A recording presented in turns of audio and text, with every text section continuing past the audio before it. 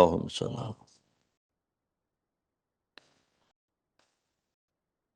على بعد في ذكر بيعة الناس لأمير المؤمنين عليه السلام. قام سعد بن سوهان وقال: الله يا أمير المؤمنين، لقد زينت الخلافة ما زانك، رفعتها وما رفعتك، ولا هي إليك أحوج منك إليها. صلوات.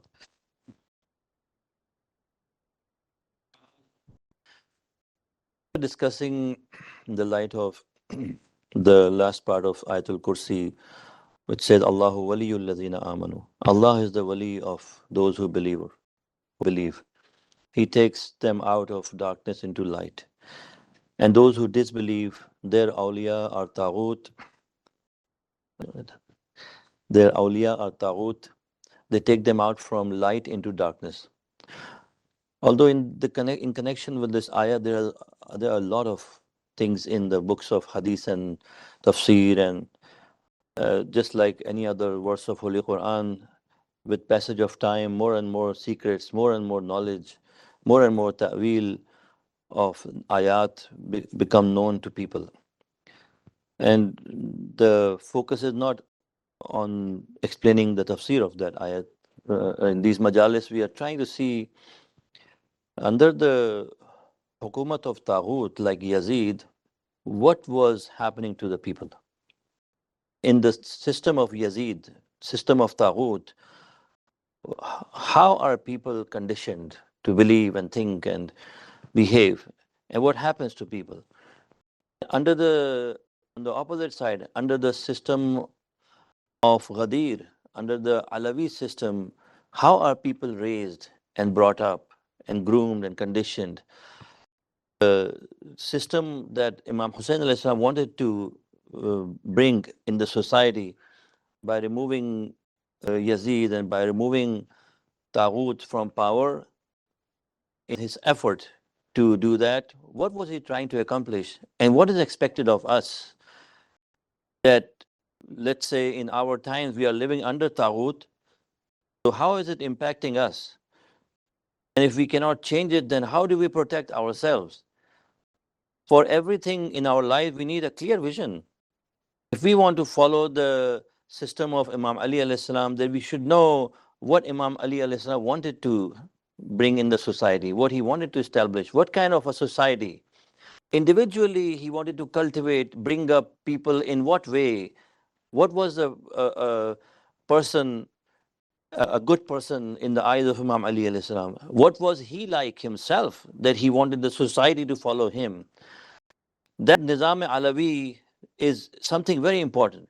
And as you know, that whole issue of Ashura, Imam Hussein alayhi salam came to Karbala to revive the issue of Ghadir, which was lost. Every year we do the same thing. We come together all over the world, believers in Imam Hussein, we try to bring the issue of Ghadir up. Why? Because this understanding that Allah subhanahu wa ta'ala wanted his obedience on the face of this earth. Allah's obedience means there must be hukumat ilahiyya, there must be a divine government on the face of this earth, so that people live under the sovereignty of Allah subhanahu wa ta'ala, not under the sovereignty of man-made kings, which people are used to. From the start of civilization, human beings have lived under the rule of kings and monarchs and dynasties and dictatorships and powerful people who basically forced people into obedience. And people started feeling so disconnected. They thought that these people deserve some kind of divine right to rule over us. So if you go back in the old Egyptian culture, go back in the old Japanese culture, you go back in the old Indian culture, the Hindu culture, we have Brahman class of rulers. We have in Egypt, we have another class of Ali Fir'aun and other people who think people saw that they are people Allah created to rule over us. Kings are people saw that kings are people who Allah somehow created some people specially so that they will rule over all the rest of the people who are second class, who are born to be slaves and want to be followers and being subjugated, and people accepted this subjugation, accepted this kind of a mental slavery, and they basically subscribed to this kind of an idea to the extent that they started thinking that the kings are shadows of God on the face of this earth. These kings, as when they would come to power, they would claim to be representatives of God. Just because someone claims to be representative of God does not make him a representative of God, does he?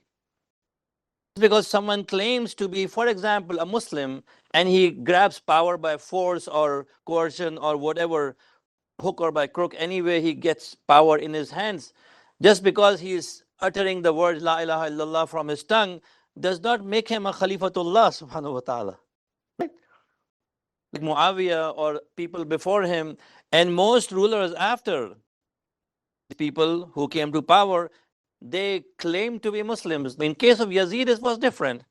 Yazid openly denounced and denied, rejected Islam, openly basically refused to accept revelation. He openly basically told the people that there was no revelation. There was nothing like Quran. This whole Risalat was a game. He basically said that openly in court in front of everyone. When non-Muslim representatives of Roman Empire and all the notables and people were in this court, and that was not a normal courtroom. It was a court decorated to celebrate his ultimate control and victory over all the lands under his power. He was claiming to be the sovereign. There is nothing above him. Because the idea, if the God didn't reveal anything, then there is no presence of God on the face of this earth. If God did not require human beings to follow anything, that means God is just absent, which means that person like Yazid can claim ultimate power and control, and his instructions, his commands would basically mean the final word and the law. Does a person, a human being, by claiming such a sovereignty for himself, become a true sovereign on the face of this earth? Does a person who, for example, has so much control in his hand, does he really represent Allah subhanahu wa ta'ala? This is a question people uh, have to ask themselves. Does, for example, Allah randomly create some individuals to rule over other nations, other human beings? Can it be possible? What is special about them? Well, first of all, you need a proof from Allah himself. Allah telling you that I have, for example, appointed so and so to rule over you. Then it would kind of make sense. It would make sense that Allah himself said it. But by people claiming to be that, it doesn't happen by people claiming to be that. If you're getting my point, please recite a salawat.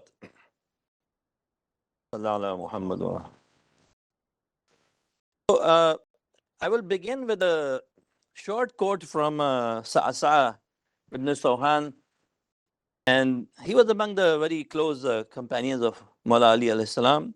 When Imam Ali came to power, he said, the ashab, they stood up one by one. One quotation I presented to you yesterday, and another one from the same event where Imam Ali has been pledged allegiance by people. Finally, after 25 years, people came and supported, full support to Mawla Ali alayhi salam. He came to power.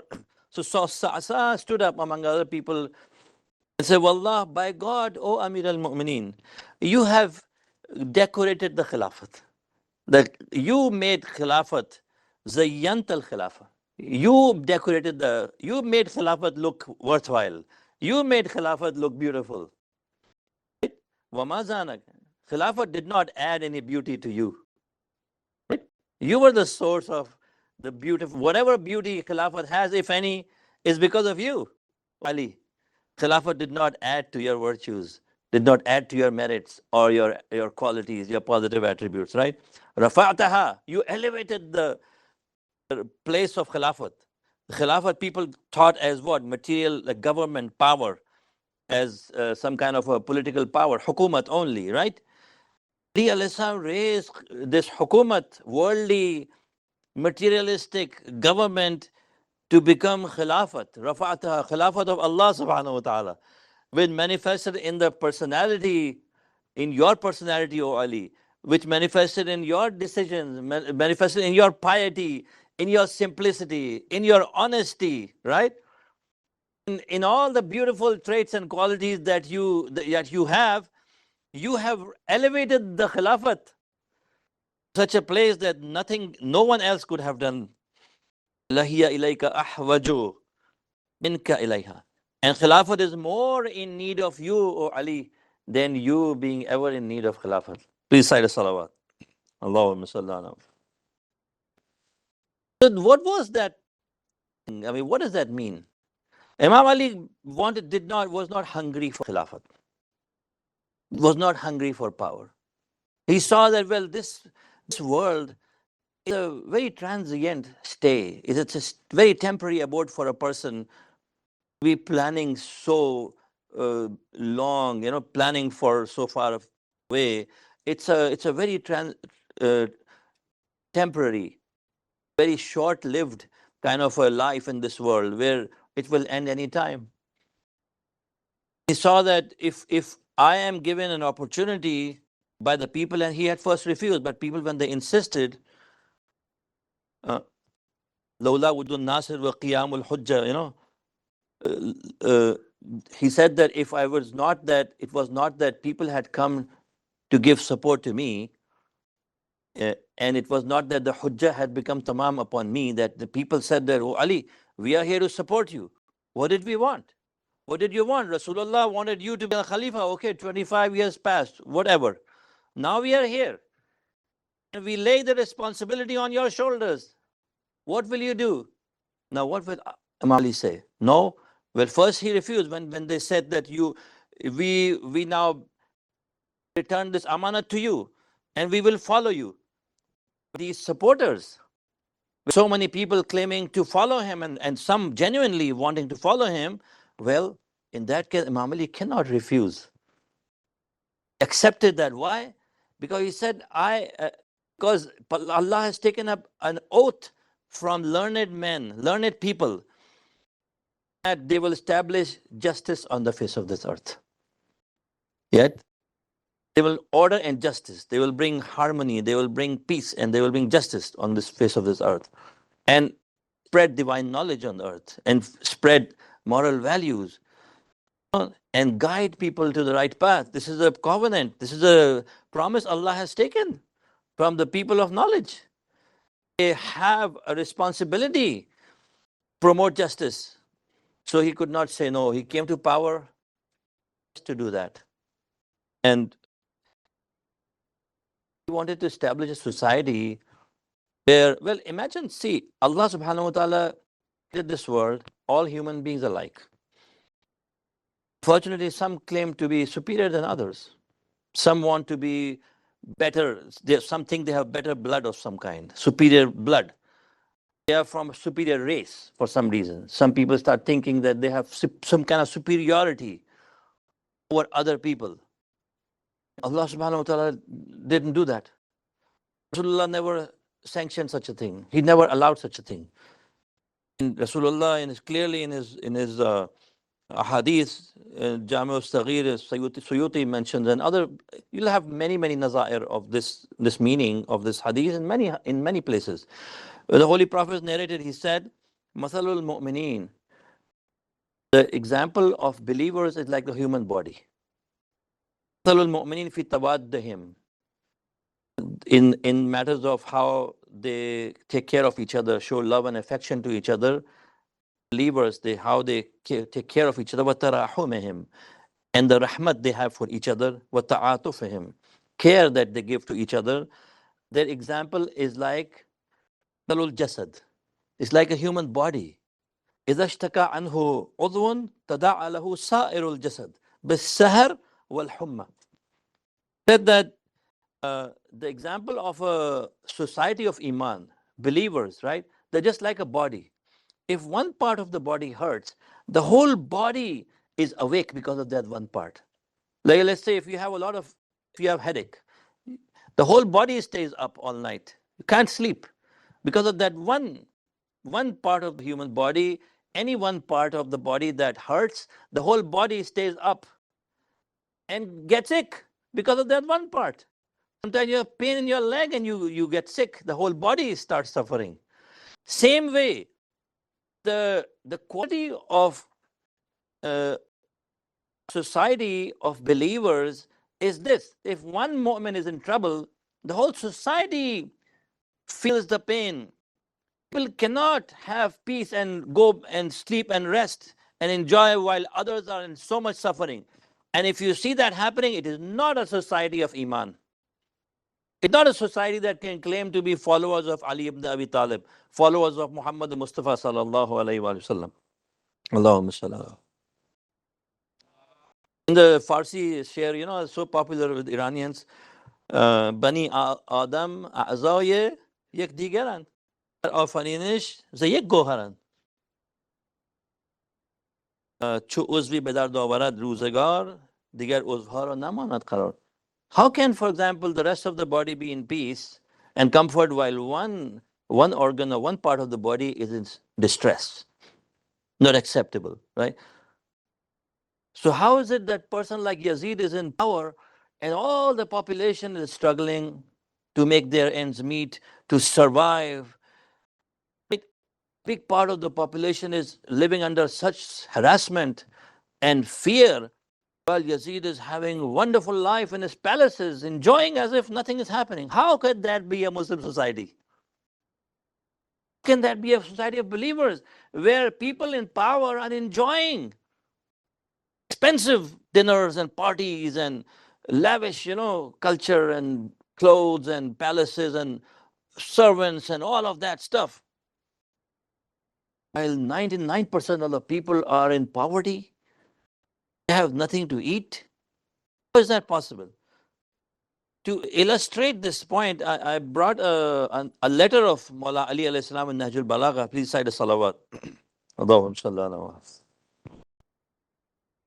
This is, and I've always loved this, but this is, to be honest, the first time I really looked at this letter carefully.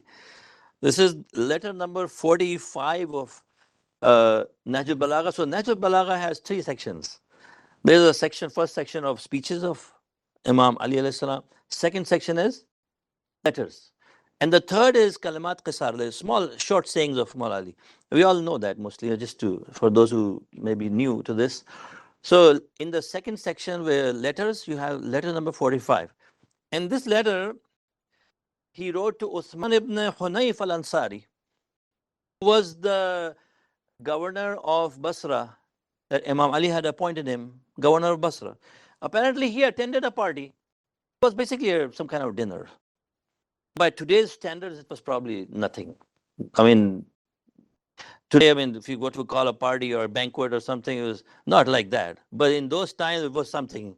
Comparing with the level of how people were, well, that was. So he attended a dinner where only the rich and noble class was invited. Regular, normal, commoners, poor people were not invited. They were basically kept outside. إلى عثمان بن حنيف وهو عامله على البصرة وقد بلغه أنه دعي إلى وليمة قوم من أهلها فمضى إليها. So he went. This is so common. So you attain an office, you are invited to that class, to people in that class, right? That's the first test of a person in power.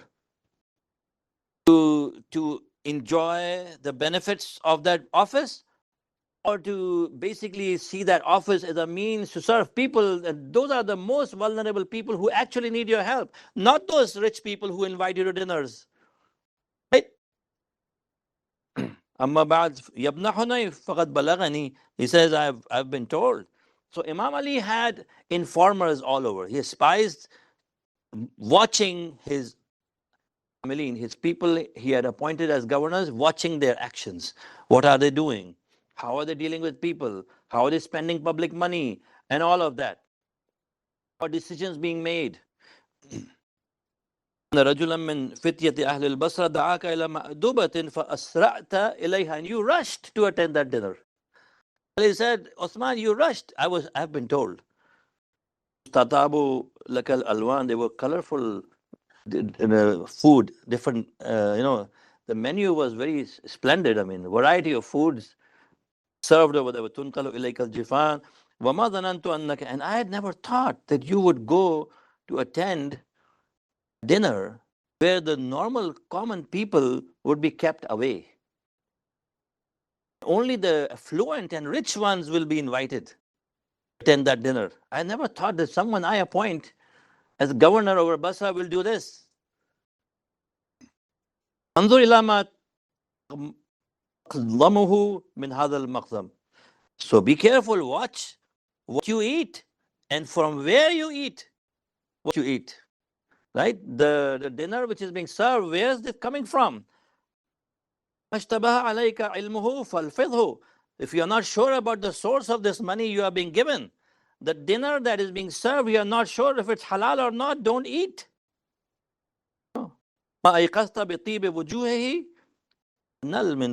If you are sure about it, makes it very hard. You see, Imam Ali makes it tough, difficult, strict.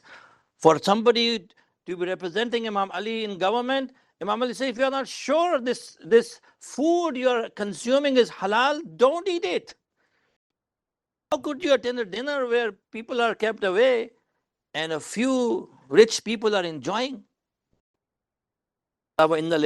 Here's the thing for us. Okay? Here's the thing for us. Every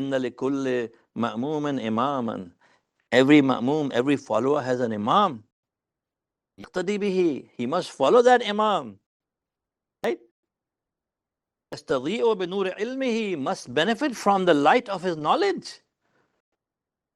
Now Imam Ali talks about himself. Allah wa inna imamakum qad iktafa min dunyahu bitimray. Your imam, right? He has sufficed from all the pleasures of this life, from all the bounties of this world, right? He has content himself with what? With the 2 pieces of cloth. So he took from this world. وَمِن طُعْمِهِ بِقُرْصَيْهِ, and with 2 pieces of bread every day. That's it. I know that you will not be able to follow me in that. Imam Ali says, you will not be able to follow my example. You will not be able to live with 2 pieces of cloth, right? And you will not be able to be content with 2 pieces of bread every day only, right? But help me and support me by exercising wara, taqwa, parhezgari, piety, like somewhat refraining from pleasures of this life, some zuhud, some level of zuhud, some level of piety and caution, care, right? Ijtihadin, and hard work, effort, wa'iffatin, wasadadin, by chastity. Help me, support me by remaining chaste, staying away from corruption, staying away from haram, staying away from those things, right? Wasadadin, and by being steadfast. So wallahi ma kanastu min dunyakum tibran. Because by God, Imam Ali is doing qasam, by God, I did not amass, I did not gather from this dunya pieces of gold. I did not collect or save for myself gold and silver. وَلَا اتَّخَرْتُ مِنْ غَنَائِمِهَا فَخْرًا. And I did not take any wealth out of all the benefits. وَلَا أَعْدَدْتُ لِبَالِي ثَوْبِي تِمْرًا. And I did not even replace the old rags I was wearing, the old clothes I was wearing when I became your Khalifa. I did not even replace them with another set of old clothes from your money. I am still wearing the same clothes. Allahu Akbar. It's said in I don't know where the source is, but it's very well known. Imam Ali was speaking in Masjid al-Kufa, delivering a sermon, and he was shaking his abba like this. So this father and son were sitting in the gathering. The son asked his father, why is Ali shaking his abba like this? So the father turns around and says, you know what? Ali has just this one dress. So he washed it. So it's still wet. He didn't have enough time to dry the clothes. So he wore it and came to Salatul Jummah and trying to dry his clothes while delivering his khutbah. Ali alayhi salam, side of salawat.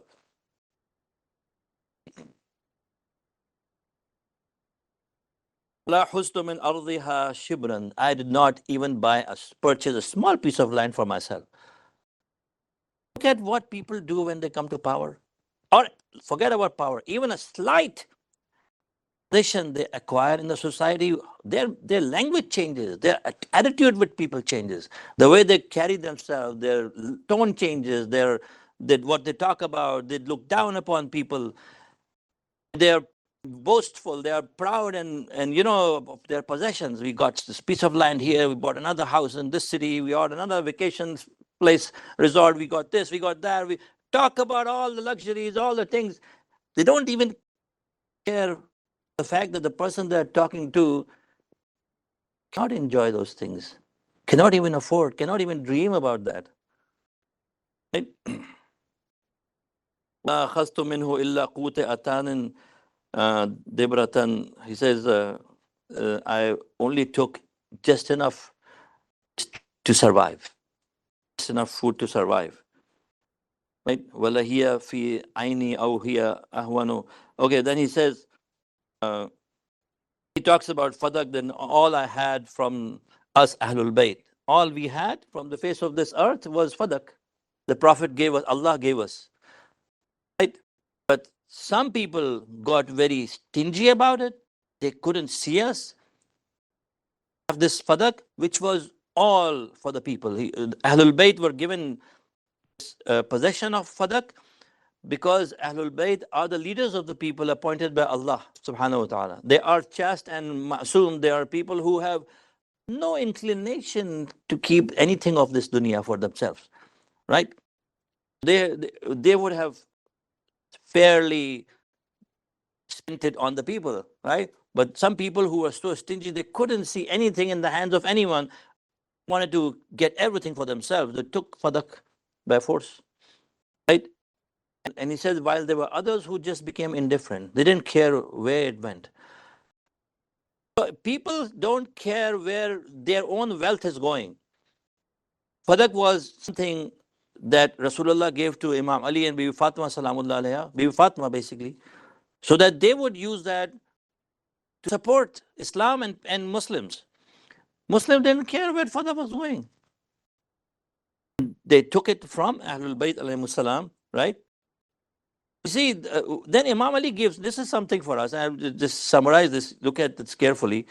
He's giving a reason why Ali is like this and why Ali wants you to follow him in these matters, which something I mentioned earlier, but this Imam Ali's own word is very beautiful. Please cite a salawat.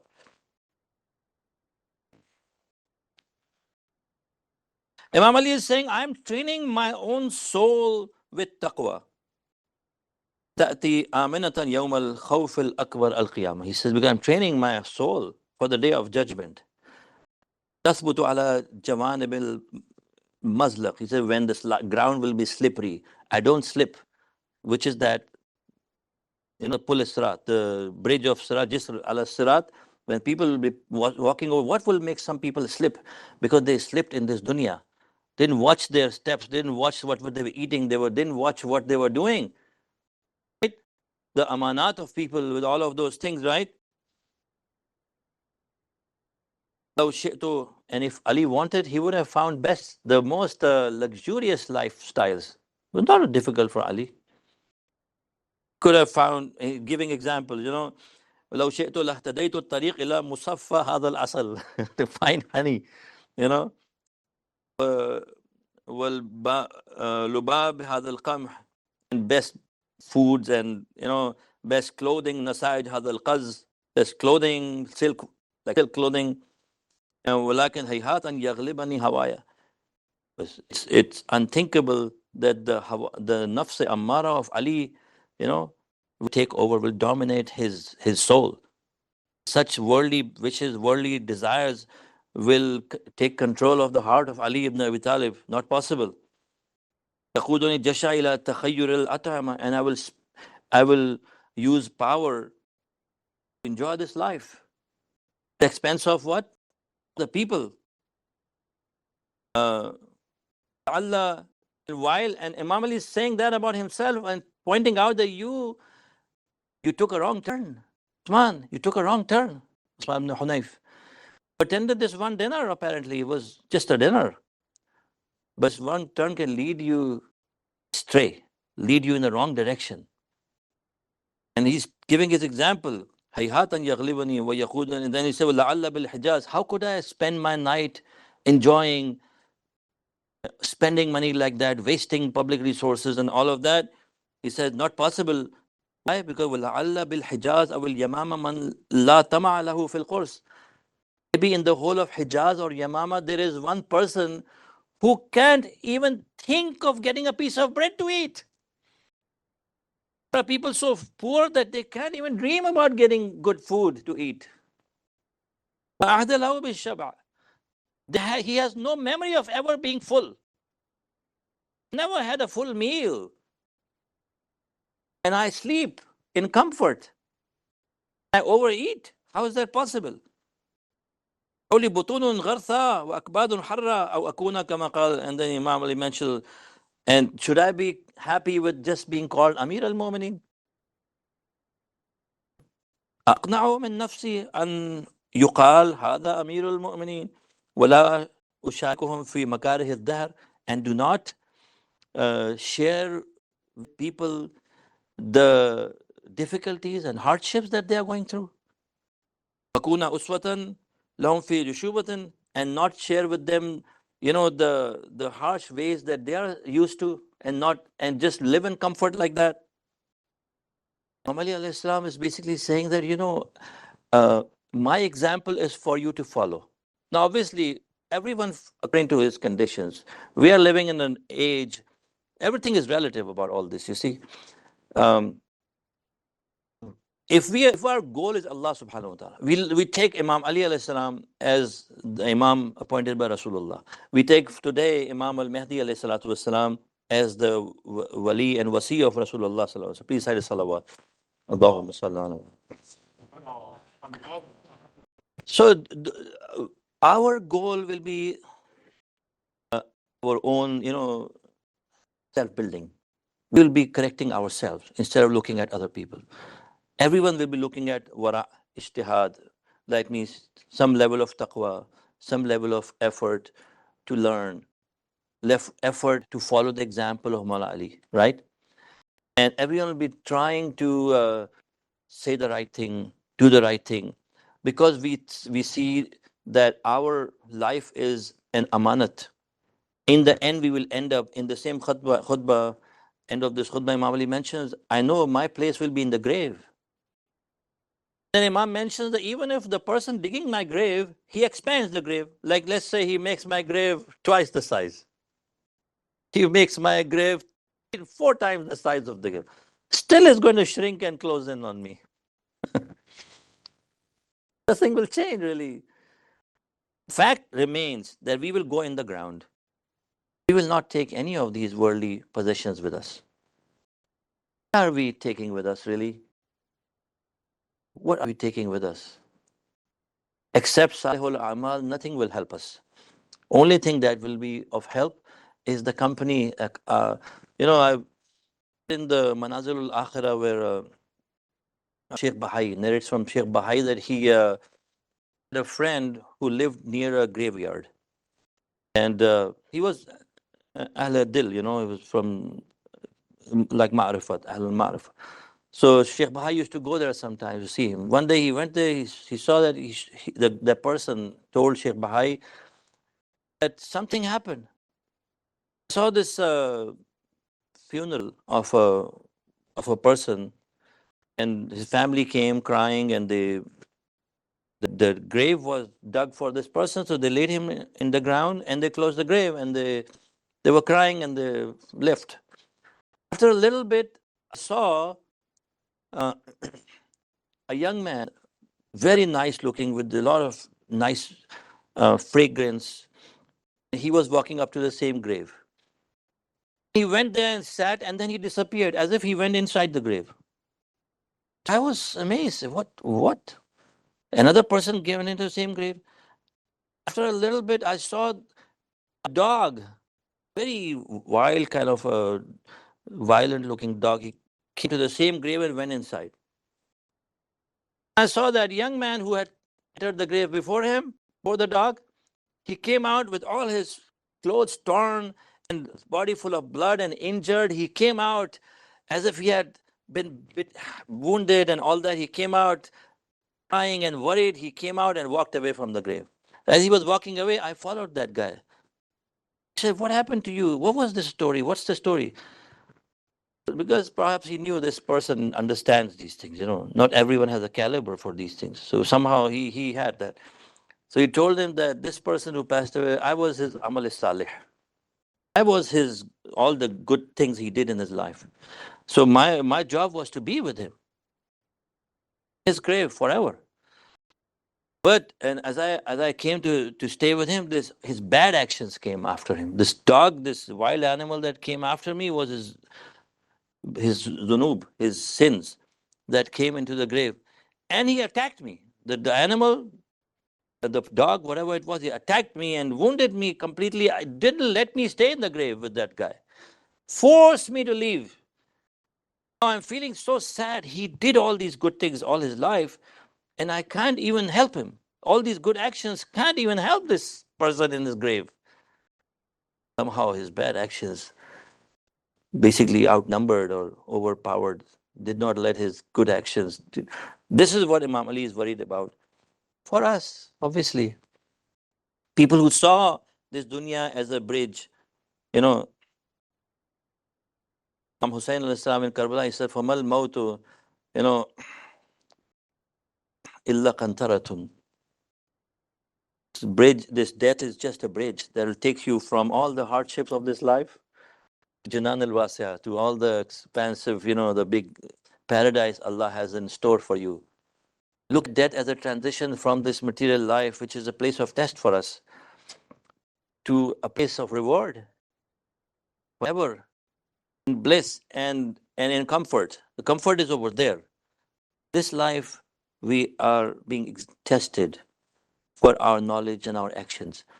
But we cannot really have the right knowledge or follow the right actions unless we have an imam from Allah subhanahu wa ta'ala. Because as we said in the beginning, this world should have a divine government, hukumat ilahiyah.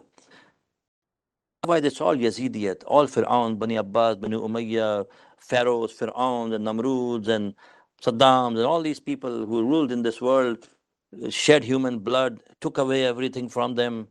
And people thought that they have some kind of divine right to rule over us. But Imam Hussein, by his sacrifice, he awakened the conscience of the people. So every year, Muharram, people come together, look at the sacrifice of Imam Hussein, this issue of divine government, the issue of obedience being only to Allah is so important. Imam Hussein, for Islam, for Quran, for Rasulullah, Imam Hussein is willing to give his life, his family, his child, his family, and his companions, his supporters, this way. I should say, as I mentioned 2 nights before, I think, Yazid was forcing Imam Hussein to give bayat. Imam Hussein has no choice except coming out and saying no. No way. That was the claim of all the Imams. No way. Bayat is not an option. Bayat to Taghut is not an option. Impossible. And one of those people who stood up, and apparently he always knew, was Habib ibn Mazahir. Habib ibn Mazahir, if you visit the Haram of Sayyid al-Shuhada, as you go in, you do the ziyarat of Habib ibn Mazahir. And you come out, you see Habib ibn Mazahir again. His Qabila apparently buried him near, away from the other Shuhada and other Zari. And Habib was very special. He grew up serving Holy Prophet and his family. He was in the wars in the time of Rasulullah, in the time of Imam Ali. And Karbala happened, Imam Hussein arrived in Karbala, he wrote a letter specifically. The tone of the letter shows that Imam Hussein al-Islam is telling something to Habib which he already knows. This letter, Bismillah, this letter is from Hussein ibn Ali to Habib ibn Mazahir, Rajul al-Faqih, right? Imam Hussein al-Islam, to call someone a learned man means something. Then he said, "Oh, Habib, Hussein has arrived in Karbala. As if this was the day you were told about. This is the day we always knew. Now is the time, just so that you know, then and his family and companions have arrived. And to say that, Habib, no, this is what I'm reminding you, so you don't get left behind, because your name was always on the list. You always were told and you always knew. I'm just sending you reminder, right? And you know our qarabat with Rasulullah. You know how close Hussein is to Rasulullah. So if you want to support us, come to me soon. Asked Habib to come join Imam Hussein alayhi salam. Habib, now as the reports tell us, Habib came inside the house. His wife asked him, he was perhaps having his meal at that time. He was just about to start or something. And when the Qasid came at the door, and he came inside, his wife asked him, who was that? He said it was a messenger from Hussein ibn Ali. Oh, got a letter from Hussein. So his wife asked him, what was he saying? What is he saying to you, O Habib? And Habib said, well, Hussein is asking me to come join him. So she said, what will you do, Habib? He said, I'm old now, very old. Perhaps they say the reporters say that perhaps Habib was keeping everything secret. He didn't want to disclose anything. Or the reason was he wanted to either test or to see, to the world would know how great his wife was, what kind of a person she was. At this time this is a test.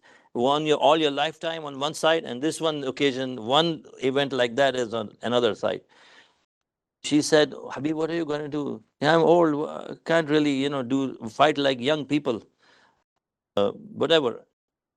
So I'm thinking, and she said, well, she stands up. He says, oh Allah, if I was a man, I would have gone. If he's not going, I would have gone and fought alongside Hussein ibn Ali.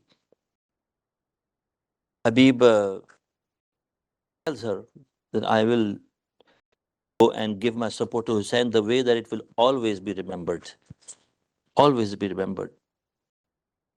Habib fought like a young man. He was there. He was made the commander. He was given the flag of the left flank of the army. Zuhair on right and left. Habib was given that rank, and the flag Imam Hussein was waiting. He arrived on the 7th of Muharram, according to narrations. He arrived over there, and along with Muslim ibn Awsaja. They were both companions of Holy Prophet. And both knew about their destiny. Habib Mazahir, on the day of Ashura, when the time of Zuhur came, Imam Hussein, when Abu Sumama reminded Imam Hussein, this is time, or informed, time for Salatul Zuhur, Imam looked up and said, yes, this is the time of Salat.